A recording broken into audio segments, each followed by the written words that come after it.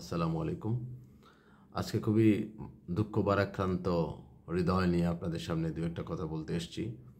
আমরা অত্যন্ত শোকাহত।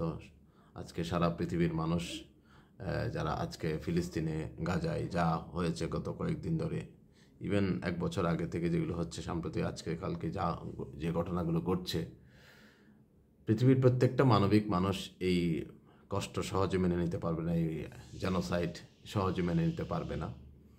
তো আমরা ফিলিস্তিনের জনগণের পাশে থাকি, তাদের গাজাবাসীর জনগণের পাশে আছি আমরা মানসিকভাবে, আমরা তাদের শুভকামনা জানাই।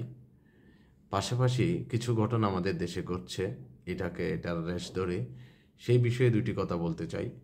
যে আমরা দেখলাম আজকে সারাদিন কিছু ইসরায়েলের কিছু পণ্যর নাম তালিকা প্রকাশ করেছে, ফেসবুকে আসছে, আমরা সোশ্যাল মিডিয়াতে দেখছি।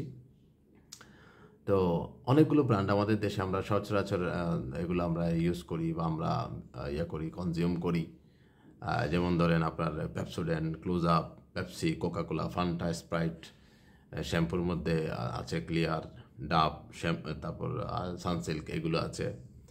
দেন আপনার ওয়াটার আছে, অ্যাকোয়াফিনা আছে, কিনলে আছে, নানান ব্র্যান্ড আছে, বাটা আছে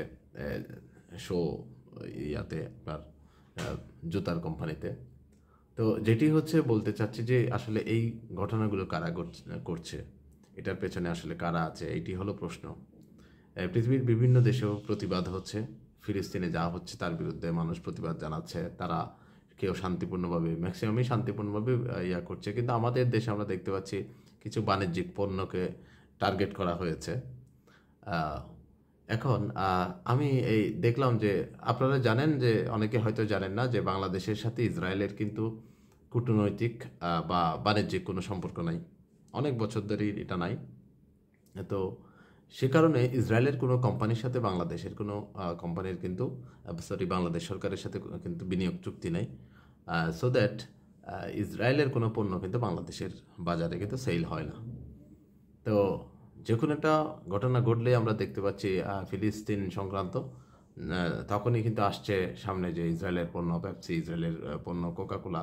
পেপসি কিন্তু দেখেন পাকিস্তান ক্রিকেটের স্পন্সর হিসেবে পাকিস্তান ক্রিকেটারদের জার্সিতে আপনারা দেখবেন পেপসি। আমরা প্রায় বোধ হয় 20 থেকে 30 বছর ধরে এটা আমরা দেখছি, একেবারে ছোটোবেলা থেকে, যখন থেকে আমরা সেই 97, 98, 96-এ যখন আমরা ক্রিকেট দেখছি, তখন থেকে দেখছি কিন্তু পেপসি তাদের জার্সিতে, তাদের বুকে কিন্তু পেপসি লেখা আছে পাকিস্তানি ক্রিকেটারদের। এবং পাকিস্তান একটা মুসলিম কান্ট্রি, আপনারা জানেন। তো সুতরাং তো আমাদের দেশে কিন্তু আমরা দেখতে পাচ্ছি যে হঠাৎ হঠাৎ এই জিনিসগুলো আসতেছে। এবং তো আমি একটু দেখলাম যে আসলে এগুলো কোন অরিজিন কান্ট্রিগুলো কোথাকার, আসলে কি এটা ইসরায়েলের কিনা পণ্যগুলো। তো আমি আপনাদের সামনে একটু বলি। যেমন ধরেন পেপসোডেন্ট আমরা যেটা টুথপেস্ট হিসেবে ইউজ করি। পেপসোডেন্ট ইউনিলিভার কোম্পানির, মাদার কোম্পানি হচ্ছে ইউনিলিভার, এবং এটি ইংল্যান্ডে 1929 সালে কিন্তু প্রতিষ্ঠিত হয়, ইংল্যান্ডের, ইসরায়েলের না কিন্তু। ক্লোজ আপ ঠিক একইভাবে এটা আরেকটা টুথপেস্ট কোম্পানি, এটিও আমেরিকান কোম্পানি, এবং এটা 1967-এ প্রতিষ্ঠিত হয়। একইভাবে কোকাকোলা কোম্পানি আছে, আপনারা জানেন কোকাকোলা সম্পর্কে কিন্তু অনেক আছে, অনেক বাজারে অনেক মুখরোচক অনেক গল্প আছে। তো কোকাকোলাও কিন্তু আমেরিকান কোম্পানি, এবং 1892 সালে এটি প্রতিষ্ঠিত হয়। এখানে আরেকটা জিনিস তথ্য দিই, যে কোকাকোলা প্রথম যখন করা হয়, স্টাবলাইজড হয়, তখন কিন্তু দুজন ভদ্রলোক এটা প্রতিষ্ঠা করেছিলেন। তাদের মধ্যে একজন ইহুদি ছিলেন, তো কিন্তু আমেরিকান ছিলেন, বাট উনি ইসরায়েলি ছিলেন না, আমেরিকান ছিলেন। আরেকজন আমেরিকান ছিলেন, তিনি খ্রিস্টানিটির হয়তো ছিলেন। এই দুজন প্রতিষ্ঠা করেছিলেন। পরবর্তীতে এই কোকাকোলা কিন্তু তারা কিন্তু রাখেন নাই, কোকাকোলা কিন্তু অন্য কোম্পানিকে কিন্তু সেল করে দিয়েছিলেন। এরপরে ধরুন পেপসি আমেরিকান কোম্পানি, 1893 সালে এটি প্রতিষ্ঠিত হয়। 7 আপ আমেরিকান কোম্পানি, 1928 সালে প্রতিষ্ঠিত হয়। স্প্রাইট এটি কিন্তু জার্মান কোম্পানি, আবার আমেরিকাতে ব্র্যান্ডিং হয়। অরিজিন কোম্পানি কিন্তু স্টাবলাইজড কিন্তু এটা জার্মানিতে কিন্তু আপনারা জানেন যে জার্মানিতে কিন্তু নাজি বাহিনী, যেটা নাৎসি বাহিনী বলা হয়, হিটলারের একবারে ইহুদিদেরকে খুব চরম নিপীড়ন করেছিল এক সময়, এবং বলতে গেলে ইহুদি শূন্য করে দিয়েছিল জার্মানি। এই জার্মানি থেকে তো 1961 সালে প্রতিষ্ঠিত স্প্রাইট, স্টাবলাইজড, এবং এটিও কিন্তু ইসরায়েলের কোম্পানি না। ফান্টা, এটিও জার্মানি কোম্পানি, তবে ফান্টার দেখবেন যে অনেকগুলো ফ্লেভার আছে, অরেঞ্জ ফ্লেভার আছে, আপনার স্ট্রবেরি ফ্লেভার আছে, বিভিন্ন ফ্লেভার আছে। তো এটা ফ্লেভার ভেদে এটা বিভিন্ন দেশে কিন্তু হয়, অরিজিনেট হয় এবং প্রোডাকশন হয়। যেমন ইটালিতে হয়, আলজেরিয়ায় হয়। আলজেরিয়া কিন্তু আফ্রিকার সবচেয়ে বড় মুসলিম কান্ট্রি, আফ্রিকাতে আলজেরিয়া। ব্রাজিল দক্ষিণ আমেরিকার সবচেয়ে বড় কান্ট্রি। কোস্টারিকা, আপনারা তো ব্রাজিলকে চেনেন, কোস্টারিকা। তারপর শ্রীলঙ্কা, ইউনাইটেড কিংডম যেটা আমরা ইংল্যান্ড বলছি, আর স্ক্যান্ডিনেভিয়ান কান্ট্রিগুলোতেও এটা ফান্ডটা কিন্তু অরিজিন করে বিভিন্ন ফ্লেভারগুলো, বিভিন্ন ফ্লেভারের আর কি। স্ক্যান্ডিনেভিয়ান কান্ট্রি তো আপনারা চেনেনই, Sweden, Finland, Denmark, Norway, Greenland, এই সমস্ত গ্রিনল্যান্ড দ্বীপ সহ। এরপরে আসুন মিরিন্ডা। মিরিন্ডা এটাও আপনারা অনেকে খেয়েছেন, অরেঞ্জ কালারের একটা সফট ড্রিঙ্কস। মিরিন্ডা এটা কিন্তু স্পেনের একটা অরিজিন কোম্পানি। 1959 সালে এটি প্রতিষ্ঠিত। অ্যাকোয়াফিনা, যেটা আমরা সচরাচর যে এখন খাই, যে পানিটা, ওয়াটার, ড্রিঙ্কিং ওয়াটার, এটা অ্যাকোয়াফিনা, এটা ইউএসএ, এবং 1994 সাল থেকে অ্যাকোয়াফিনা প্রতিষ্ঠিত হয়। কিনলে এটাও মতো পানীয়, এবং এগুলো আবার ম্যাক্সিমাম আবার অনেকগুলো আবার কিন্তু পেপসি এবং কোকাকোলা কোম্পানি মূল কোম্পানি। তো এই কিনলে ইন্ডিয়াতে 2000 সালে, এবং মহেন্দ্র সিং ধোনি কিন্তু এটার আবার অ্যাম্বাসেডার কিনলের। বাটা কিন্তু আমরা অনেকেই জানতাম এতদিন ধরে, আমি নিজেও জানতাম এটা হয়তো মানে ইন্ডিয়ান কোম্পানি, বাট বাটা কিন্তু চেক রিপাবলিক। হ্যাঁ, এটা অস্ট্রিয়া হাঙ্গেরিতে হয়েছিল, বর্তমানে এটা চেক রিপাবলিকে অরিজিন করে বাটা কোম্পানি। তো ক্লিয়ার, সানসিল্ক, ডাব এগুলো ইউনিলিভার কোম্পানি, এবং এগুলি আপনারা ইতিমধ্যেই জেনেছেন। ইউনিলিভার ইংল্যান্ডে 1929 সালে প্রতিষ্ঠিত হয়। ম্যাগি কোম্পানি, এটা কিন্তু সুইজারল্যান্ডে 1886 সালে এই কোম্পানি প্রতিষ্ঠিত হয়, যেটা আমরা ম্যাগি নুডলস হিসেবে আমরা যে ম্যাগির সাথে পরিচিত। তো তালিকা অনেক বড় আছে, আরও আছে। তো এগুলো বলতে গেলে ভিডিও অনেক বড় হয়ে যাবে। তা আমরা যেগুলো দেখলাম সিরিয়ালে, আমি সময় স্বল্পতার কারণে আমি সবগুলো দেখতে পারি নাই। একটা কোম্পানিও কিন্তু ইসরায়েলের আমরা পাই নাই। এখন কথা হলো যে দেশের বাজারে বিদেশি যে বিনিয়োগ, এই যে কোম্পানিগুলো তারা অপারেট করছে, ব্যবসা করছে, এখানে আমাদের লক্ষ লক্ষ বেকার যুবকরা তারা গ্র্যাজুয়েশন করে চাকরি করছে, কেউ বা আবার কম অদক্ষ শ্রমিক হিসেবে এই সমস্ত কাজ করছে। এই কোম্পানিগুলোকে যদি আমরা এভাবে করি, টর্চার করি, এই যে ফিলিস্তিন ইসরায়েল ইস্যু নিয়ে আমরা গুজবের উপর যদি বলি যে এগুলো ইসরায়েলের পণ্য কি? স্টারবাক্স কিন্তু আমাদের দেশের নাই। কফি, ওয়ার্ল্ডের একটা নাম করা একটা কফি স্টারবাক্স কিন্তু কলকাতায় আছে, আমি দেখলাম, কিন্তু নাই, বাংলাদেশে কিন্তু নাই স্টারবাক্স। তো ইসরায়েলের কোনো পণ্যই কিন্তু এখানে নাই, এবং ম্যাক্সিমাম আমেরিকান, ইংল্যান্ডের কোম্পানি, হ্যাঁ, সুইজারল্যান্ডের আছে, জার্মানির আছে, ইন্ডিয়ান আছে।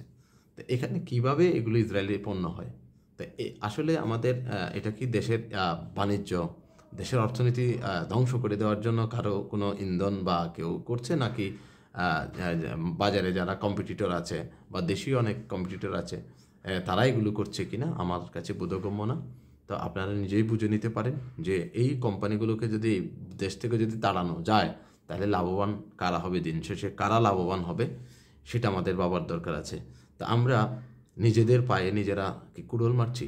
এভাবে যদি আমরা ধ্বংস করে দিই, যে আজকে যারা আমাদের তরুণ ছেলেরা যারা এগুলো এভাবে ধ্বংস করছে, এবং শুধু তাই না, আজকে থেকে এখানে 4 দিন ব্যাপী বিনিয়োগ সম্মেলন হচ্ছে, সারা ওয়ার্ল্ডের বিনিয়োগকারীরা বাংলাদেশে এসছেন। তারা যদি এই পরিস্থিতি দেখে, তারা তো সামনে আগাবে না। আমরা যে স্বপ্ন দেখছি সামনে, যে আমাদের বেকারদের কর্মসংস্থান হবে, চুরি ডাকাতি চিন্তায় কমে যাবে, দেশের আইন শৃঙ্খলার পরিস্থিতির উন্নতি হবে, মানুষ কাজ করতে পারবে, দেশের মানুষের অর্থনৈতিক মুক্তি হবে, এই জিনিসগুলো নিয়ে যে আমরা একটা স্বপ্ন দেখছি, সেই স্বপ্নতে গুড়ে বালি। তো এগুলোকে আমরা এভাবেই করতে থাকবো? কারো একটা কথা শোনার সাথে সাথে একবারও না চিন্তা করে যে আমরা করব, এভাবে ভ্যান্ডালাইজ করব। প্রতিবাদের তো ভাষা আছে, যে আপনার কথা আমার ভালো লাগছে না, আপনার আচরণ আমার ভালো লাগছে না, আপনি আমাকে মেরেছেন, সেটি আমার ভালো লাগছে না, সেটি আমি বলতে পারি যে ভাই আপনি আমাকে মেরেছেন, আপনি এই কাজটা ভালো করেন নাই, ভাই আপনার কথার আমি প্রতিবাদ জানাই। গায়ে হাত দিয়ে তো প্রতিবাদ করতে হয় না, ভাঙচুর করে তো প্রতিবাদ হয় না। ঘটনা ঘটছে ফিলিস্তিনে, ইসরায়েলে, তাদের পাশের দেশের যারা আছে তারা কি করছে? পৃথিবীতে অন্যান্য যে ইসলামিক কান্ট্রি আছে তারা কি করছে? তারা করছে নাকি শুধু আমরাই মুসলমান? আর মুসলমান হিন্দু আপনার ইহুদি আসবে কেন? ফিলিস্তিনের মানুষ অত্যাচারিত, নিপীড়িত তাদের পার্শ্ববর্তী দেশ বা তাদের দখলকৃত ইসরায়েলিদের দ্বারা। তাদের পাশে আস্তিক নাস্তিক মুসলমান, হিন্দু, বৌদ্ধ, খ্রিস্টান সবাই আছে। প্রত্যেকটা মানবতাবাদী মানুষ এই গণহত্যার বিরুদ্ধে। এখানে তো মুসলমান ইহুদি আসার তো প্রশ্নই আসে না। এই মুসলমান ইহুদি আনার তো কোনো মানে হয় না এখানে। এই সমস্ত বিষয় আমাদেরকে দিন দিন আমাদের পৃথিবীটাকে ছোট করে ফেলছে। আমাদেরকে এই জিনিসগুলো আরও করতে হবে, বুঝতে হবে। আমাদের নিজেদের ভবিষ্যৎকে আমরা কোথায় নিয়ে যাচ্ছি, আমাদের সন্তানদের জন্য আমরা কি বাংলাদেশ রেখে যাচ্ছি। আমরা কি একটা আবর্জনা তৈরি করে যাচ্ছি যেখানে শুধু চুরি ডাকাতি ছিনতাই চাঁদাবাজি এবং কিছু নষ্টভ্রষ্ট রাজনীতিবিদ ছাড়া এদেশে কেউ থাকবে না? এমন বাংলাদেশ আমরা চাই। এই জন্য আপনাদের যারা এখনও বয়স কম তারা ফেসবুকে, সোশ্যাল মিডিয়াতে এই যে কোনো একটা জিনিস দেখেই সাথে সাথে একটা আপনার জাজমেন্টে আসা ঠিক হবে না। আপনাদের সকলকেই আমি সেই অনুরোধ জানাই, আমরা আমাদের দেশটাকে যেন সকলে মিলে সুন্দর করে গড়ে তুলতে পারি। বাইরে বিদেশে যদি কোনো সমস্যা হয় সেটার প্রতিক্রিয়া আমরা কীভাবে জানাতে পারি শান্তিপূর্ণভাবে। প্রথমে আমরা প্রতিঘাত না করে প্রতিবাদ করি, প্রতিবাদের মাইল্ড সফট ল্যাঙ্গুয়েজ আমরা ইউজ করি, সেভাবে তো আমরা করতে পারি। আর তাছাড়া যেখানে হামলা হচ্ছে সেখানে তো শুধু যদি বলা হতো যে না এই কোম্পানি ইসরায়েলের কোম্পানি, এই কোম্পানির পণ্য তোমরা বিক্রি করো না, তাও একটা কথা ছিল। কিন্তু আমরা দেখলাম সেখানে তো হামলা হচ্ছে, লুটপাট হচ্ছে। তাহলে এটা তো অন্য বার্তা দেয়। আমি যদি ইসলাম প্রতিষ্ঠা করি, ইসলাম কি লুটপাটের জন্য বলে? তো সুতরাং